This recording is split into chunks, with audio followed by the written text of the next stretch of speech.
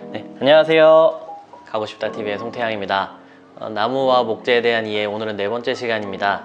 오늘은 가구를 어떻게 관리해야 되는지, 그리고 또 오일의 종류에 대해서 좀 설명을 드리려고 합니다. 지난 시간 우드슬랩 설명할 때 우드슬랩 마감법에 대해서 우레탄과 오일 마감에 대해서 설명을 드렸습니다.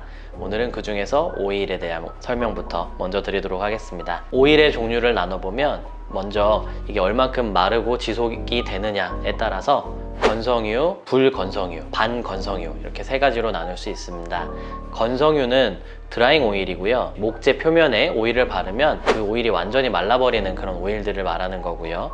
또 불건성유는 논 드라잉 오일이라고 해서 오일이 마르지 않고 계속해서 도막을 형성하는 것들을 말합니다. 반건성유는 당연히 바르고 나면 어느 정도 시간이 지나면서 도막을 적당히 형성하고 하는 것들을 말합니다. 먼저 건성유에 대해서는 린시드 오일, 텅 오일, 양귀비 오일, 아마인 오일, 월넛 오일 이런 것들이 있어요.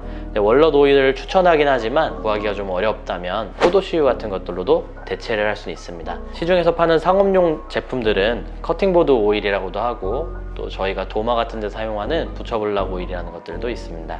불건성유 오일은 한번 바르고 나면 오일이 마르지 않고 산패되어 끈적끈적합니다. 이런 불건성유 오일은 가구나 목재 마감에는 적당하지 않은데 이런 것들은 올리브 오일, 코코넛 오일, 식용유 이런 것들이 있습니다. 이런 불건성유 오일은 가구 마감이나 가구 표면에는 바르시면 좋지 않습니다. 목재가 산패되고 상하게 됩니다. 마지막으로 반건성유 오일이 있는데요. 세미 드라잉 오일이라고 하고요. 들기름, 콩기름, 참기름 우리가 요리할 때 쓰는 이런 것들을 말하는데요. 저희가 가구를 할 때에는 건성유들을 보통 많이 사용을 하게 되고 그 중에서도 천연 성분이 들어가 있는 그런 것들을 사용을 하게 되는데 이런 천연 성분 혹은 친환경 성분이라고 하는 것들에 대해서도 조금 이따가 추후에 추가 설명을 좀 드리도록 하겠습니다. 이런 오일을 통해서 가구를 관리하는 방법을 말씀드리려고 하는데요. 가급적이면 앞서 말씀드린 건성유로 마감을 하는 것이 가장 제품을 오랫동안 관리할 수 있는 방법입니다. 건성유 오일 혹은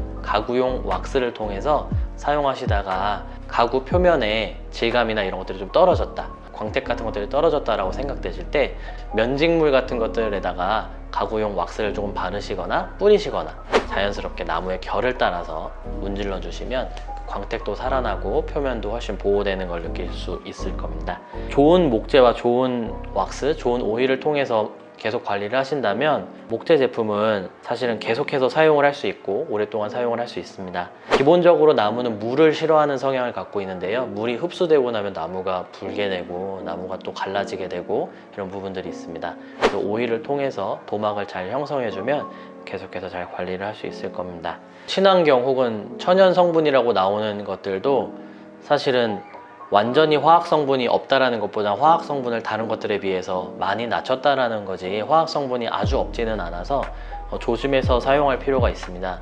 특별히 친환경이라는 표현보다는 천연이라고 되어 있는 것들이 더 좋긴 한데요. 두 가지를 혼용해서 쓰는 경우들도 많이 있습니다. 그리고 또 그 정의에 대해서 애매해서 잘못 사용하는 경우도 많이 있는데요.